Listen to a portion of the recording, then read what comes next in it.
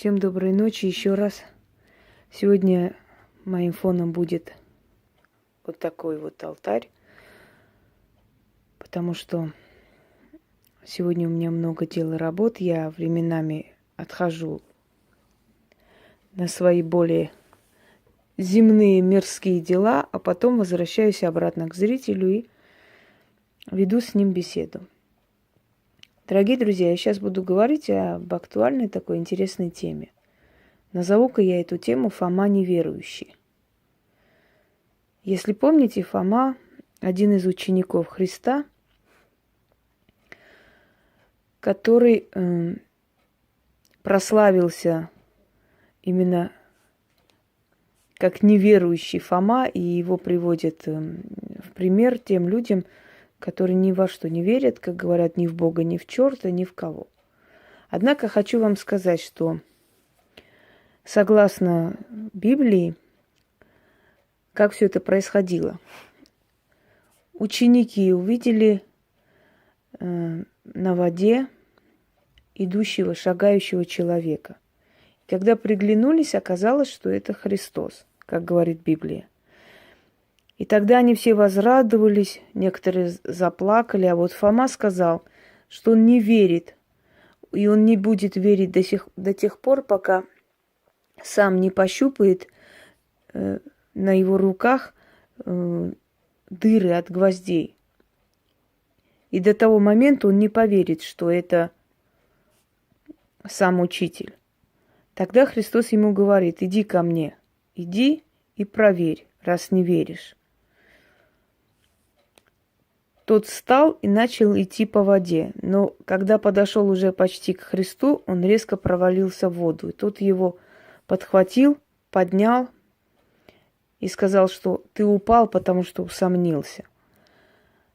Блаженен тот, который ты видишь и веришь, что это я. Блаженен тот, который не видит, но верит в меня. Но речь сейчас не о нем и не о Христе. Есть много людей, у которых самый главный девиз в этой жизни – это «не верю», этого нет, такого быть не может. Это все ерунда, фигня, придуманные сказки, поповские сказки, прочее, прочее. Однако хочу вам сказать, что все такие люди, которые попадают в тяжелые ситуации, в страшные ситуации, всегда говорят, что «Господи, если Ты есть, помоги». Они обращаются к силам Вселенной, в лице Господа. Неважно, как они его называют, потому что еще до христианский период Бога, Верховного Бога, называли Господом, Господином, Отцом богов. Зевс это был, Перун это был, Арамаст это был. Кто бы ни был Верховное Божество любого народа, он был Господин, Верховный Бог, главный, а значит Господь. Вот это слово «Господь» не христианский термин вовсе. Так вот, они обращаются к тому, кто там есть, кто создал, кто руководит людскими судьбами, и просят помочь. Так вот, о чем вообще говорит вот это понятие «не верю», «нет», «нет»? Это самозащита. Тот человек, который говорит, что не верит, более всех этого боится, запомните. Потому что если человек во что-то не верит, он просто проходит мимо. Вот я, например, листаю какие-то сайты, смотрю что-нибудь, какие-то форумы, я вижу, что там бред сивой кобылы, ерунда. Действительно, реально ерунда. Иногда есть там фото призраков, якобы этого призрака я видела в разных местах по-разному. Я понимаю, что это сделано специально, как говорят на молодежном языке, фейк. Но мне это не интересно вступать туда в диалог, спорить. Я просто прохожу, потому что я не верю, что это правда. И я презрительно листаю дальше. А если я увидела более реально, я могу зайти прокомментировать, что вот это да, здесь действительно видно, что нечто есть, и это не просто так. Так вот, когда человек во что-то не верит, он не пытается с пеной во рту доказывать, что это не так. Этого не существует. Он никому не пытается в этом убедить, дорогие друзья. Тот, который говорит «не верю», первым будет бежать, очищаться, искать спасение. Это самозащита, это психологическая самозащита. В Африке, например, когда львы нападают на определенное селение, для того, чтобы себя успокоить, люди говорят, что это не просто львы, это духи. Это духи, которые приходят за плохими людьми, за грешниками, за теми, кто воровал, убивал. А я не воровала, не убивала, значит, они меня не настигнут. Значит, они меня не тронут. Это психологическая защита, когда человек говорит, я не верю, что эти львы на меня нападут, потому что они нападают только на плохих. Это не львы, это определенные духи, которые пришли наказывать людей за их плохие поступки. А я же не плохой, ничего плохого не совершал, значит, мне они не тронут. Так легче жить, понимаете? Кошка, когда ты подходишь, или собака подходит к кошке, что она делает? Она становится на дыбе, шипит, она поднимает волосы дыбом, показывает всем своим видом, что она выше, больше. Это психологический такой маневр у животных, что если ты выше, ты больше, значит, ты сильнее, ты страшнее, не подходите. Как правило, в роли Фомы неверующих бывают мужчины. Почему? Я объясню. Не потому, что женщины глупые или наивны, не понимают. Более хитрых, чем женщины, придумать невозможно. Но почему вот хитрые, продуманные, умные женщины верят в магию, а не очень разумные, скажем так, немножко придурковатые, немножко такие загнанные жизнью и растрепанные мужчины все время кричат, что они не верят. Ну, есть и женщины среди них, естественно, такие. Женщина, она ближе к природе. В ней это заложено, в ней это есть с рождения. У нее связь с потусторонним миром намного сильнее. Она это чувствует. Женщина не потому, что суеверна или глупа. Женщина просто знает, женщина испробовала, видела в жизни. Когда ее обижали, она в злости проклинала, человеку становилось плохо. И она поняла, что есть нечто потустороннее, что слышит человека и помогает или карает наоборот. Женщина более близка к потустороннему миру, она более их чувствует, она тонко чувствует. У женщины есть материнский инстинкт, у женщины есть инстинкт самосохранения, он намного сильнее, чем у мужчин. Все ругают женщину за рулем, а женщина за рулем намного осторожнее ездит, чем мужчина. Женщина-правитель отдает свою жизнь на плаху Родины, она старается делать всем благо. Как у нее это получается, это уже другой вопрос. А мужчина-правитель порой свои все эти годы правления проводит в кутежах, в развлечениях, в оргиях и так далее. Женщина более хозяйственна. Вспомните княгиню Ольгу. Что она сделала? Она всем своим нутром, всем своим поведением показывала, что она сильная. Она должна была доказать свою силу, потому что ее бы сожрали. Вокруг были претенденты на трон мужчины. И она должна была показать, что она равновеликая, что она ничем не хуже, что она такая же сильная, храбрая, как и мужчины. И поэтому она отомстила за своего мужа. Все говорят, что она с ума сходила по Олегу. А многие утверждают, что она относилась к нему очень холодно и спокойно. Но она отомстила не потому, что его любила. Даже если бы не любила она его, она бы отомстила за его смерть, чтобы доказать, что она не слабая. И вот это точно такой психологический маневр существует у людей, которые кричат «не верю», порча не доходит, ты видишь их безумие, они кричат, порча не доходит, ничего нет, выступая в сраном таком халате, ужасающий вид, практически опухшие глаза, заплаканы, что ли, всю ночь там плакали, что сальные волосы, грязное лицо и так далее. Выходит человек и все время орет. Я не верю, это не действует, это никак не меняет мою жизнь, она никак меня не портит. А на самом деле уже перед нами стоит испорченная жизнь человека, испорченная женщина, абсолютно уже обессиленная, абсолютно некрасивая, неухоженная, словно ее где-то из помойки достали, привели там и поставили перед камерой. То есть кто говорит всегда «я не верю», тот больше всех верит и больше всех боится, потому что это самозащита. Я не верю, значит, со мной ничего не случится. Понимаете? Я не верю в порчу, мне никто не сделает. Но, как правило, такие люди, как только чувствуют что-нибудь, они самые трусливые, они быстрее всех боятся и порчи, и всего. Они самые первые просто в ужас приходят от малейшей ерунды. Даже если еще эта порча и не началась, они уже боятся этой порчи. Они уже чувствуют, что что-то кто-то делает. Они сами себя наказывают в итоге. Был такой случай в моей жизни, когда одна женщина мне доставала на работе, настолько достала, что я просто устала. Я принесла просто землю с улицы, посыпала ей на стол и сказала: это могильная земля, будь здорова. Отвернулась и ушла. И вы знаете, ее на скорую увезли через 3 часа. Она вот как раз уроки закончила, с горем пополам, говорят, что она побледнела, ей было очень плохо, она воду выпила. Как-нибудь она вот 3 часа себя ела, съедала, и в итоге ее увезли на скорой. И я поняла, что психологическая вот эта настройка, она намного страшнее. Хотя она все время говорила, это все фигня, какие там и папы, и мошенники, и эти мошенники, и все это ерунда, все это хрень собачья и прочее. Екатерина Великая, которая все время ругала графа Калиостро, хотя многие говорят, что он был аферюга еще тот, но некоторые говорят, что он обладал определенными знаниями и гипнозом, потому что не так-то легко и просто приехать в Петербург, открыть свой салон, и когда к тебе приходит все сливки общества. Понимаете, согласитесь, должна быть какая-то харизма у человека, что-то внутри него должно быть, что притягивает. Он ли это, научили ли его этому, неважно, но это было. И приказала его убраться восвояси. Тогда он принес розы ей в подарок, чтобы попрощаться.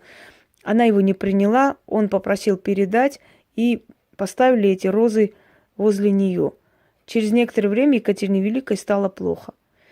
Екатерина Великая завела дневник, в котором написала. Ей первый раз предсказала одна юродивая, что она умрет. Дату ее смерти сказала. Она записала: эти шарлатаны, юродивые, эти несчастные мне надоели. Все в один голос кричат, что я умру там такого-то числа, вот через столько-то лет. Через некоторое время был некий другой юродивый, который ударил, дело было так, он ударил камнем, значит, в окно градоначальника, тот выскочил, и он сказал ему, что этой ночью ему нужно поберечься, потому что его семья сгорит. В общем, его приняли за сумасшедшего, закрыли в клетке до разбирательства. И ночью действительно пожар случился, и этот городоначальник, который насторожился после его слов, мог спасти свою семью. Они могли бы все сгореть. И он решил отправить его к Екатерине Великой, потому что о нем шла слава как человека-предсказателя, но он был немножко так придурковат, не в своем уме. Екатерина усмехнулась, подошла к нему. Тот поднял на нее глаза и сказал: ты убила своего мужа, села на кровавый трон, и ты умрешь вот такого-то числа. Опять назвал он ту же самую дату. Она пришла, снова записала. Она в своих мыслях постоянно повторяет: я не верю в эту ерунду, это все ерунда, но она почему-то закрепляла за собой, все время записывая, что еще раз ей предсказали вот это время смерти. И когда 3-й раз ей предсказали это время смерти граф Калиостро, она снова записала. Она, конечно, умерла не сразу после отъезда Калиостро, она еще прожила много лет. Но в этот день, когда принесли розы, поставили у нее, она почувствовала недомогание, она упала в обморок. Потом попросила убрать эти розы и очень долго допытывалась, чтобы нашли в этих цветах отраву. Она была уверена, что в этих цветах какая-то отрава, которая ее травит, из-за которой она упала в обморок. Ничего не нашли, но цветы убрали. Дорогие друзья, понятие порча, магия, понятие проклятия существует испокон веков. Еще до того, как человечество только научилось разговаривать, оно уже проклинало друг друга. И те люди, которые, понимаете, у нас это заложено, у нас подсознательно есть страх магии. И те люди, которые пытаются всеми силами убедить себя, как, знаете, психологический тест, да, что я не вижу, того не существует. Тогда по логике вещей мы воздух не видим, но дышим им. значит, он не существует. Мы не видим, как мы разговариваем по телефону. Связь, вот эти все невидимые линии мы не видим, однако они существуют, и мы разговариваем. Многие великие ученые изучали этот феномен и приходили к выводу, что есть потусторонний мир. Бехтерева и дед ее, Николай Бехтерев, и она, извиняюсь, Бехтерева, по-моему, Валентина или Елена, я сейчас точно не помню, профессор. У нее целый трактат. Это ученая женщина. Это ученая женщина, которая посвятила всю свою жизнь изучению мозга. Центр мозга в Москве. И возглавляла она, профессор Бехтерева.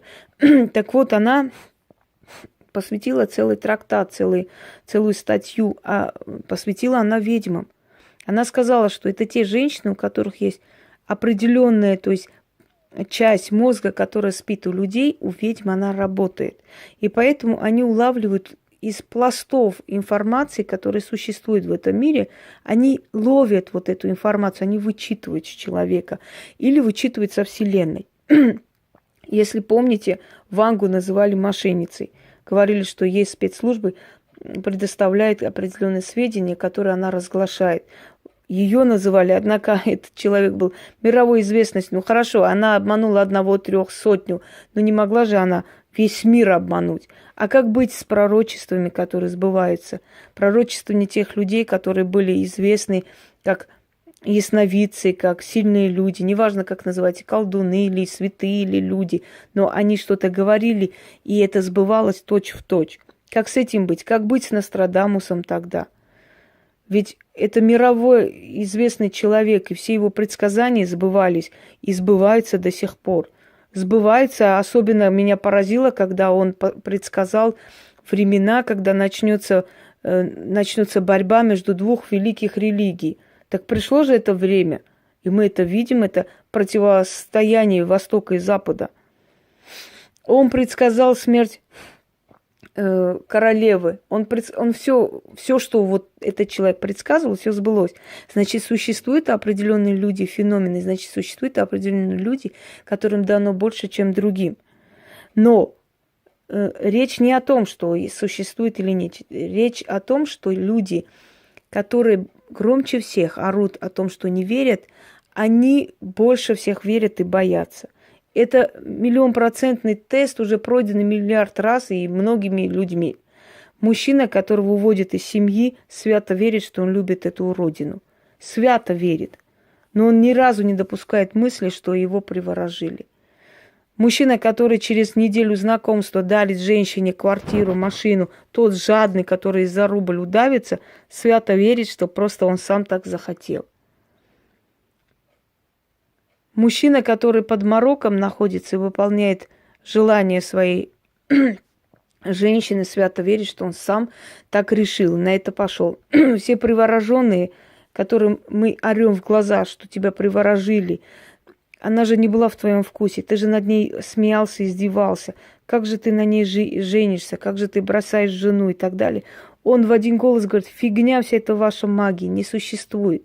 И, как правило, мужчины, которые в своей жизни обжигались, которые...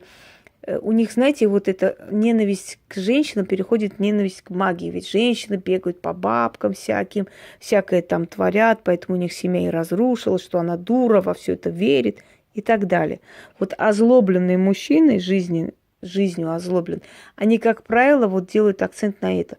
Это все хрень. Они мстят за свою неустроенную жизнь всем, кто верит вообще, что существует потусторонний мир, что существует то... Вы знаете, как сказала Авиценна, если твой мозг еще не дорос до чего-то, это не значит, что этого не существует. Мы не видим, что есть созвездия, но мы знаем, что созвездия есть, что они существуют. А их показали ученые. Но так какая разница? Много сотен лет назад физика тоже считалась мошенничеством и ерундой, и магией, и колдовством, пока не выяснилось, что это наука. Точно так же магия. Придет время, и каждому феномену магии найдется объяснение, уже находится. Уже ученые говорят, что мысль человека материальна. Уже ученые говорят, что есть определенные воронки в этом мире, что есть временные какие-то отрезки, что есть потусторонние миры, в которых время протекает по-другому. И это все существует. Это все изучается. Если бы это была ерундой и фигней, никто бы не изучал это все. Они бы просто проходили мимо. Еще раз говорю, тот человек, который не верит в магию, он никогда не будет орать. Он просто живет своей жизнью. Ну вот я, например, не верю, что икона слушает человеку и помогает. Он может навредить. Смотря какая икона. Если это великомученик, его душа вам, кроме мучения, ничего не даст. Потому что он сам мучился, для него счастье – это мучение. А вы у него просите счастье. Он как понимает счастье, так и отдает. Он же бывший человек, он же жил на земле, правильно? Это не высшее такое божество или дух высшего там астрала, чтобы понял, что человеку надо. Это обычный человек, бывший человек, это его душа. Он свое счастье увидел в мученичестве, мученической смерти, в венце мученичества. Так вот, вот этот венец мученичества он вам и передаст. Вот я не верю, но я не сижу, не дискуссирую ни с кем. Я никому не ору, я не верю, это вот так, этого не может быть. Потому что я не верю, мне это не интересно. Эта тема мне не интересна вообще. Я просто прохожу мимо. Когда человек каждый божий день говорит, не верю, порчи не делается, и, как правило, вы заметили, это те люди, которые вчера, например, орали обратно, да? О чем это говорит? Это не говорит об их... то есть, лживость, это понятно, что она существует, присутствует, но слово «не верю» говорит тот человек, который на самом деле внутри вот это слово «не верю» откликается как «верю». Верю, но не хочу верить. Не хочу, чтобы это было правдой. Не хочу, чтобы это действительно так и было. Лучше я скажу не верю, и мне станет легче. То есть я сам поверю в то, что я не верю в это все. Так что, уважаемые неверующие Фомы, вы больше других верите в это, и больше других этого боитесь. Потому что многие из вас очень часто меняют свое мнение, многие из вас из-за неустроенности жизни мстят, говоря, знаете, вот иногда бывает человеку вот плохо и плохо в жизни, и он говорит, я не верю, что есть Бог. Если бы он был, я бы так не мучилась. Например, да? Вот не верю. В глубине души он понимает, что есть нечто, есть некое создание большое, огромная энергия космическая, как хочешь его называть. Но от злости своей он говорит, я не верю и все. И если вы помните, самые великие атеисты становились самыми великими верующими потом. Вы вспомните Павла, апостола Павла, который участвовал в избиении камнями учеников Христа после его воскрешения. Да? Кем он потом стал? Что это такое? Ничего не пойму. Ну ладно. Ну вот, собственно, вот моя рука. И да. Но сейчас все будут кричать, как Станиславский. Не верю, что какой-то глаз появился на экране. Так вот, самый ревностный ученик Христа стал тот, который участвовал в избиении христиан. Апостол Павел. Вот он тоже был из тех, которые не верят ни во что. Но приходит такой момент, когда ты сам себе признаешь, я всегда верил, просто боялся признаться. Не могу понять, что это. Честное слово, не могу. Первый раз такое. Свечи там нет. Вот. Ну да ладно. Пусик фонарем не светит. Ну,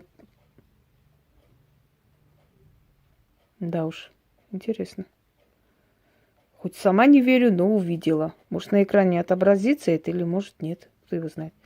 Ладно, всем удачи и всех благ.